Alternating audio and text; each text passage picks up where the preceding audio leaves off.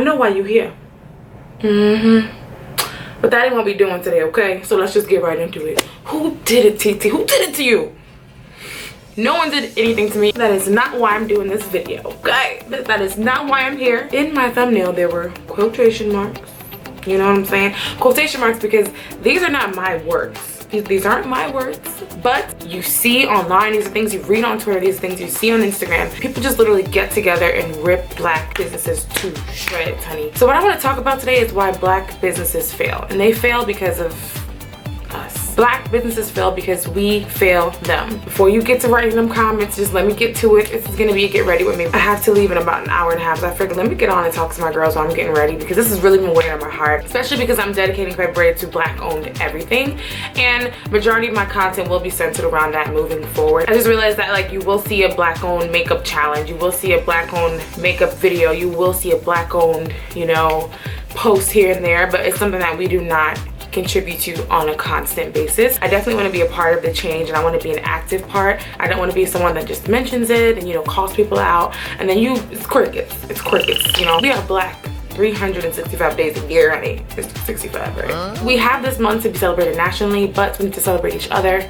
the other 11 months. So that's why I'm doing this video, because I definitely want to challenge a few of the stereotypes that we kind of perpetuate ourselves. So one thing that I've noticed, especially from a blogger's perspective or YouTuber's perspective, is that most of us don't review or use black owned makeup brands. And I'm just speaking on makeup right now because I'm doing my makeup, you know, and I get it. It's like, instead of reviewing, you know, a black owned brand that may not have a large following or may not actually get you the clicks that you want, I'm gonna review Lancome, or I'm gonna review Too Faced, because these are companies that are trendy, and if I have this name in my title or feature the product, I'll get reposted. It'll help me, you know, create a relationship with the brand, and then I'll get to go on these trips. I get it. Like, I'm definitely not trying to stop anyone's hustle. Like, most small brands don't have the money for marketing. They don't have a complex website to where they can offer analytics and offer affiliate marketing. They can't afford to pay you to feature their product in a video. We all have to live and eat, but I also feel like we have to use our platforms to uplift our own, because no one else is,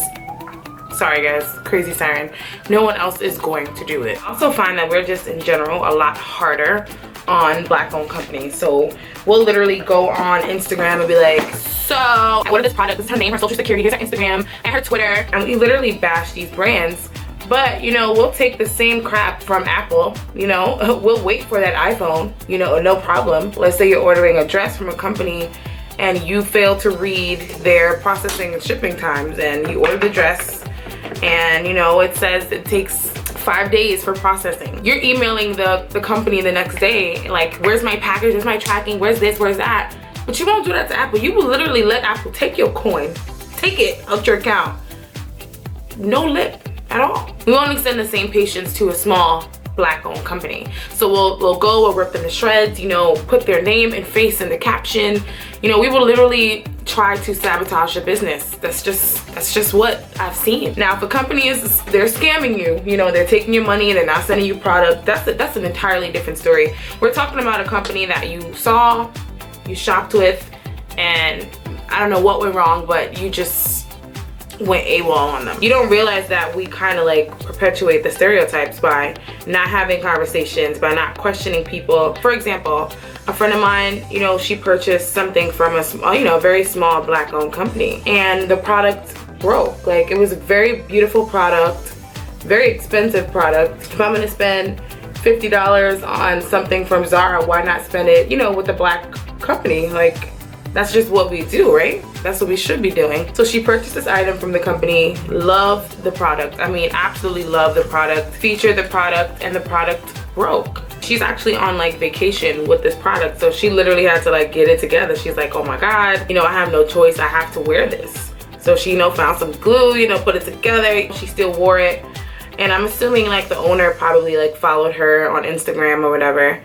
And noticed that she wore the product, which is great because that's what you want. It's a traditional way to market your product. It's word of mouth, people seeing your product, seeing someone who's really fashionable slay your product. That's what you want. That is like goals for a small business owner. So when my friend got back from vacation, she emailed them and was like, hey, like my product broke, like I definitely like need a replacement, like something has to happen. Like the owner definitely gave her flack. She was like, you know, it's funny that you're saying this, but I definitely saw you, you know, wearing the product, so like this is like BS, like you're trying to play me right now and I'm disappointed. And basically told her like I don't know what you want me to do, because I definitely saw you rocking my product, so don't try to play me. Now I'm gonna stop the story right there, because from the outside looking in, I definitely would have been like, this girl's really trying to play me. Like I definitely saw you rocking my product, I definitely saw you in multiple pictures, you know, snap stories, and now you're trying to get your money back, or you're asking me to remedy a problem.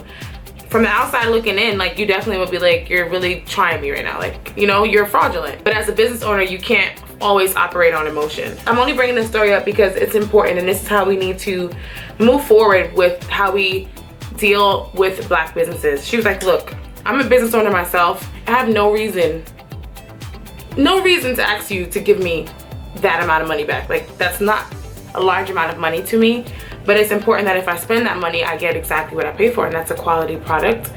And literally had to show her that she put the piece back together. So of course the owner like felt terrible, she apologized, and you know, like this is something that's never gonna make it to a review site. This is something that's never gonna make it to, you know, the shade room, because that's just not how my friends operate. So she definitely remedied the situation and handled it after my friend explained exactly what happened, which is something she definitely shouldn't have had to do, but I get it, because I'm a fair person. Like I try to look at things both ways. So that is definitely an example of how this could have went left. This could have been really bad press, because you know, this girl doesn't know who this girl knows, she doesn't know her network, and that could have been the downfall of her business. Imagine if my friend wasn't that type of person. What if she was just rah-rah, blacked out, went on Shade Room? You know, she has so many friends in high places. She could have really hurt this woman's business. But as a Black woman, she said, you know what? And I think if I'm not mistaken, this is a young girl. Like, you know, she's a younger woman that has a business. She recognized that, and she said, let me help this girl. Like, let me just explain, let me help her. And that's what we have to kind of do. We have to take that stance. I see people and hear people say, I try to support Black businesses, but I want to support a Black business, but don't get me wrong, like we're not perfect. And 9 times out of 10, the woman or man that is running the business is solo by themselves. They doing the shipping, packing, customer service. The person that started the business probably didn't have money when they came into the business. They started the business to create revenue. They probably were up against the wall and was like, you know what, I gotta hustle. Most of the small business owners who start businesses don't have funding. They don't have investors. They don't have partners. They don't have staff. They're running the entire show. So, you know, especially if you don't have training in customer service, if you don't have training in how to answer an email correctly. These are the things you have to go through when running a small business, and you don't have a lot of capital, you don't have a lot of help. I feel like as Black women, especially because we are the largest consumers, we need to just be a little bit more patient with small Black businesses. We need to understand that sometimes it's a 22-year-old girl who has never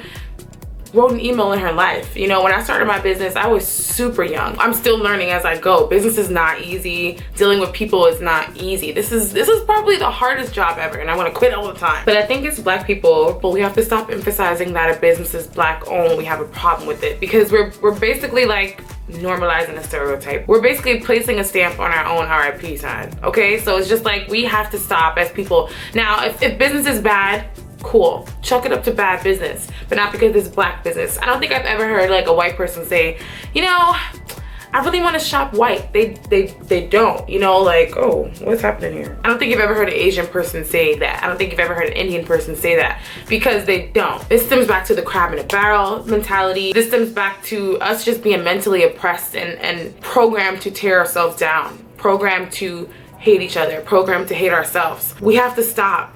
We have to stop, because we're not going to grow. We're not going to make money. We're not going to have successful businesses. There's so much room in this world for us to be successful. And it starts with us. It starts with us, and I think we're getting closer. And the last 2 years, I've definitely seen an influx in Black businesses and Black ownership, Black everything. And just Black people kind of just saying, okay, I'm going to support her, instead of saying, damn, I ain't going to support her because I want to do that, you know. I'm supposed to start my own business, but you know, instead of buying a t-shirt from her, I'm gonna buy a t-shirt from H&M. We're basically responsible for the narrative. Like, yeah, Black owned business. Black owned. You know, we're responsible for that. And we have to take accountability, because if we don't stop and change, this is just gonna be a downward spiral. Black excellence is obtainable, but it starts with us. It starts with me. It starts with you. Sorry, y'all, I can't talk and do this. Hold on. We have enough people that hate us. We have enough people that shit on us on a regular. Like, we can't be a part of that. We are literally all fighting just to survive. So imagine if, like, we have the world coming at us and then we have our own people coming at us. Like, how are we gonna get ahead? We don't give each other the benefit of the doubt or just a little bit of slack. 9 times out of 10, like I said, these companies don't have call centers. They have a 9 to 5 while they're running this business, and you might email her at midnight and she don't get back to you the next day. Be patient. Give these small businesses the benefit of the doubt. Now, if you're purchasing a product and it doesn't get shipped to you, that's a problem. And that's why I say, like, most small businesses should always have PayPal incorporated into their business model, because it shows trust and transparency. Now, I hate when people abuse PayPal and definitely get a product and literally be like, oh, there's a stitch right here. It's not as described, and you get your money back. Now you're fraudulent. You're fraudulent. That's wrong. The girl who you bought the dress from probably can't even afford that loss. Another thing that annoys me is just like, oh, Black owned businesses are too expensive. Let me just break this down for you guys. If H&M is selling you a t-shirt for $15, it's because H&M literally bought 100,000 t-shirts from their manufacturer. Actually, H&M probably has their own manufacturers. They're paying cents on the dollar for that shirt they can charge you $15 for. Now, this Black owned business, they can't afford to buy in as big of a bulk, so they're probably only gonna buy 100 shirts. So they're gonna go with the cheapest person who they can so they can make a profit. So let's say they sell the shirt for $60. It's because they bought the shirt for $15, then had to pay someone to monogram their logo on it for another $7. Then they have to pay for shipping. They have to pay for boxes. They have to pay. It's just so much that goes into the pricing. It's not that they're more expensive, but if you support them more, then they'll be able to buy more products, get it at a lesser price, and then charge you less. Most small businesses don't have a good profit margin. It's because they're buying the product for so much because they're only buying a small amount of product. Fashion Nova is buying their clothes for so cheap because they're buying it in bulk. But if you shop J'adore Fancy, you know, she might have the same dress from Fashion Nova, yes, because the vendors are available to everyone, but she can't afford to buy 10,000 pieces. So they're gonna sell it to her at a higher price. She has to sell it to you at a higher price. So I'm not saying like we all can afford to do that, but sometimes you have to say, let me shop with her and not them. If you keep shopping with her and you like her pieces, you like Fashion Nova and you gonna like her piece, you know what I'm saying? And then you tell your friend and your friend shops with her and so on and so forth. Her business is growing. Now she can afford to change her model. Now she can afford to change her prices, offer faster shipping, all types of stuff. It's just a trickle-down effect that we have to help each other. All right, I'm back to the hard part. I gotta be right back. All right, I got this hard part done. Now we could keep chatting. I don't know where I left off, but I'm gonna pick up using myself in my business as an example. As soon as I can find my concealer though, I mean, hello. So when I first started my business, YouTube wasn't at the place that it is now. I mean, people weren't just like bashing companies. I mean, people literally bash companies for a living now. And sometimes the bashing is just entertaining. Like, people don't even watch because they care about the product. It's just like, you know, you just want to watch somebody bash the product. That's the YouTube culture now. When I started my business, that wasn't the culture. People did not do that. Like, if people didn't like a product, they just didn't like a product. I think people just had more respect for the business owners back then. Now, back then, like, I mean, people literally dedicated themselves to writing about me on these websites. They just followed my every move. I just had so much negativity. Like, once people found out I was making money on YouTube, my life just changed. It was just like, oh my God. Like, why is this such a bad thing that like I'm profiting from this? People just like literally hated me and literally just made their whole life's purpose to kind of just bring me down, which is cool. That's that crab in a barrel mentality. So when I was starting my business, I was like so afraid. I was like talking to my mom. I'm like, if I put my name on this business, like, they're gonna expect so much more of me because of YouTube, and because, mind you, I'm like 20 something years, 22 maybe, 20, I don't even know how old I was. And she was like, you know what, baby, like, people will live to hate you, but you have to do what you gotta do. And you know, God didn't give you YouTube and a platform. I know nothing about business. I went to school for marketing. You know, like I didn't know how to be an entrepreneur. I didn't know how to start a business, run a business. I was literally, I'm still learning as I go. The first year, I kind of kept the business really private. I only promoted it on Instagram. Like, I didn't really tell anybody on YouTube that I was attached to it. I wanted it to be mainly like an Instagram-based business, and that's basically what it was. As soon as, you know, like I announced that it was my business, and it kind of was catching up, so I knew I was gonna have to say it eventually. But as soon as people knew that it was my business, it just went left. People literally would come in and, you know, like, we'd have such a great time at the salon, and I think, wow, this is such a nice girl. I genuinely love people. Like, I just love people. So I mean, if you ever get anything negative out of me, it's because you're just a nasty person. I don't even possess the energy to be evil or mean towards people. Like, hair is just fun. Like, hair should always be fun. Hair should always be a pleasant experience. Oh shoot, sorry. I'm just squirting foundation everywhere. If you come to the hair salon, you should literally have the time of your freaking life. Like, you know, it's just hair. We should talk about everything. I'm your therapist, you know, tell me how you know, your boyfriend, you know, just talk to me. That's how it is. That's literally what it is. And anyone that's ever come to me, like, can say that. I was still pretty jaded at one point in my YouTube career. I had like a little stalker in Harlem when I lived in Harlem, and I just was so afraid. Like, I just was like, okay, if I start this business, I'm gonna keep it private. The only people that know about it are people that have paid their invoices and are confirmed. So that's pretty much how I ran my business. I remember the first time I had a real panic attack. I didn't even know what a panic attack was, and this is because someone went about, you know, their business. This is before I even knew about Yelp and what Yelp was. They created a Yelp page, put my business address, and basically tore me to pieces. I'm so big on like perception, and I think like the older I've gotten, I'm way better, but I've always wanted people to like me. So when someone literally went to and created a Yelp page, put my business address, so now it's public, you know, I literally had a panic attack. I was like, oh my God. I contacted Yelp and I was like, hey, like, this person is like over exaggerating, like they're adding stuff, like this is not true, like what can you do? And Yelp was just like, you can pay us $300 a month and we can manage your reviews. And I was like, at that time, I'm like, I don't have that budget. Like, I can't just give you $300 to manage a negative review. I feel like when I started a business, people wanted so much more out of me because of the line of work that I was in before my business. I feel like people have really high expectations of me. You know, if I didn't fit into like the idea of who they thought I was in person, they would like rip me to shreds or just find something wrong, or someone tried to call me a tax evading YouTube princess. Honey, please don't. The one thing that I don't evade is the IRS, okay? My taxes be 5 figures, okay? Don't, please don't. Tax evading is the last thing, but you know, these are really derogatory things that people would say about me, and I was just like, you know, I'm gonna quit because I literally had anxiety. Like, I couldn't function. The hard part about being a small business is that most people do go straight to Yelp to kind of see what you're about, but thank God that I've been on the booking platform that I've been on for so many years.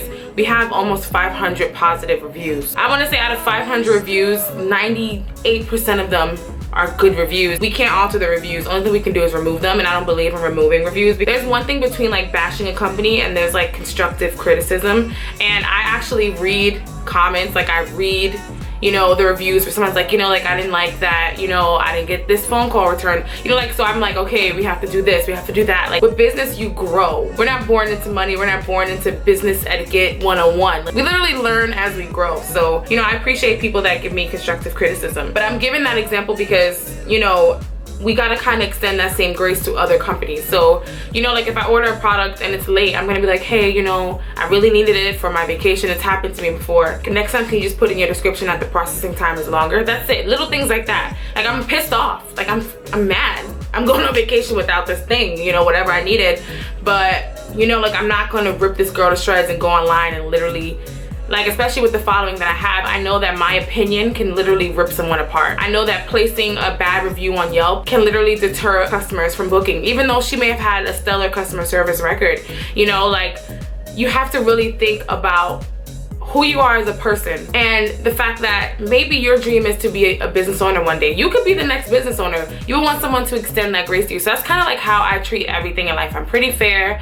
I try to extend the same grace to other people that I want people to extend to me. When I go to the nail salon and I'm in a rush and, you know, my nail tech is eating, you know, maybe back in the day I would have got an attitude, but now that I'm a business owner, I understand that you don't get downtime. You don't get to be human. So I'll be like, you know, go ahead and eat, girl. Like, it's cool.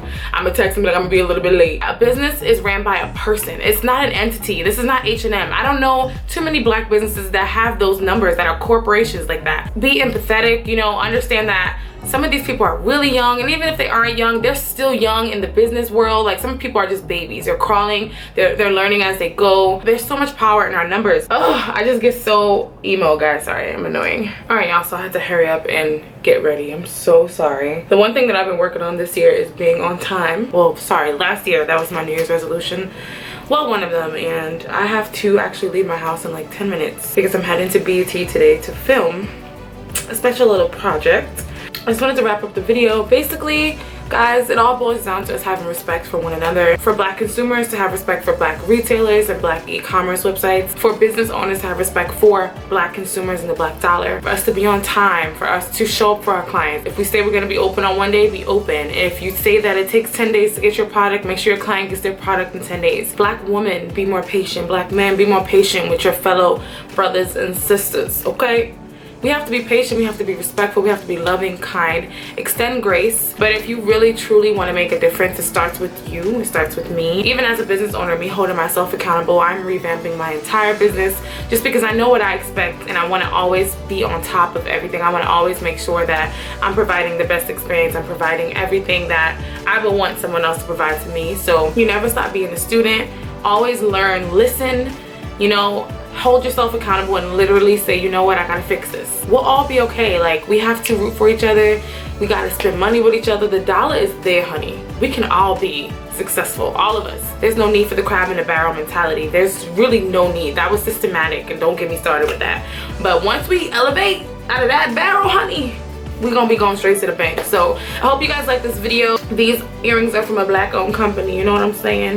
1929 galore. I'll post the link in the description box below. Let me know if you guys want to see more videos like this. Let me know if you want to see videos on like starting a business, running a business. Like, just talk to me in the comments below. I'm really trying to stick to uploading once or twice a week and just starting a dialogue and a conversation. And I want us to grow together because you can't grow together if we don't grow together, right? So come on, y'all. Let's celebrate each other. Let's uplift each other. Let's shop with one another. Let's support one another. Let's get this Black world popping, okay? Black excellence. It starts with us, okay? Love you guys. I know this video was all over the place. Be sure to hit that subscribe button. Love you guys.